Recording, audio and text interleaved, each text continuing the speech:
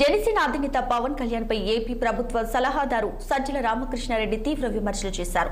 పవన్ ని చూస్తే జాలేస్తుందని ఎద్దేవా చేశారు. రాజకీయ పార్టీని నడిపే లక్షణాలు పవన్ కి లేవన్నారు. అత్యంత దయనీయ స్థితిలో పవన్ ఉన్నారని, పవన్ పోటీ చేసే 24 సీట్లలో కూడా చంద్రబాబు అభ్యర్థులే ఉంటారని సజ్జల అన్నారు. గత ఎన్నికల్లో పవన్ 2 చోట్ల ఓడిపోయారని, తాను పోటీ చేసే స్థానంపై కూడా పవన్ కి క్లారిటీ లేదన్నారు. చంద్రబాబు ఎక్కడ పోటీ చేయమంటే పవన్ అక్కడ పోటీ చేస్తారేమో. పవన్ అభిమానులంతా ఒక్కసారి ఆలోచించాలని సజ్జల వ్యాఖ్యానించారు.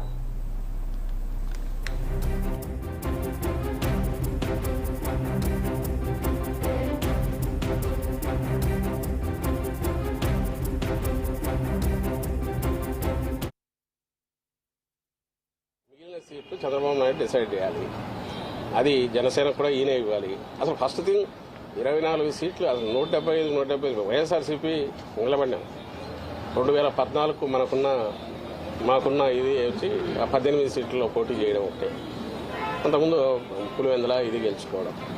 అలాంటిది 2014లో ఎన్నికలకు మొత్తంగా ప్రిపేర్ అయ్యాం. అంతకుముందు స్థానిక సంస్థలు కానీ అంటే రాజకీయ పార్టీ విశ్వసనీయత కలిగిన నాయకుడు ఉంటే ఆ పార్టీ స్ట్రక్చరు 175 కాన్స్టిట్యున్సీలో 175 పెట్టాము. తెలంగాణలో కూడా ఎక్కడైతే మేము వద్దనుకున్న చోట కూడా కొన్ని చోట్ల పెట్టాము. 6% ఓట్స్ ఆ రోజు తెచ్చుకున్నాం.